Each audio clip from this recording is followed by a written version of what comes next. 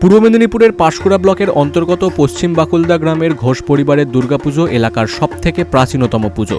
ঠিক কত বছরের পুরনো পুজো সেটা না জানা গেলেও মোটের উপর 250 বছরের বেশি সময় ধরে এই পুজো চলে আসছে। পরিবার সূত্রে জানা যায়, রাধা অষ্টমীর দিন শ্মশান থেকে মাটি তোলা হয় এই দেবী প্রতিমা গড়ার জন্য। ষষ্ঠীর থেকে পুজো শুরু হয়।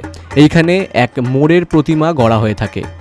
অষ্টমী নবমীর দিন বলির প্রচলনও রয়েছে। এই পুজো উপলক্ষে ঘোষ পরিবারের বিভিন্ন মানুষজন যারা বাইরে থাকেন সবাই একত্রিত হন এই দুর্গাপুজো উপলক্ষে।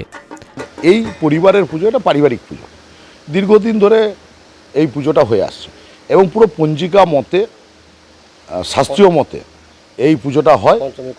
পঞ্চমীর কল্প থেকে পুজোটা শুরু হয় এবং এই পুজোকে বিশেষত্ব হচ্ছে এই পুজোতে অষ্টমীর দিন বলি হয়, সন্ধিতে বলি হয়, সপ্তমীতে বলি হয়, নবমীতেও বলি হয়, মহানবমীতেও বলি হয় এবং এই পুজো পুরো শাস্ত্রীয়।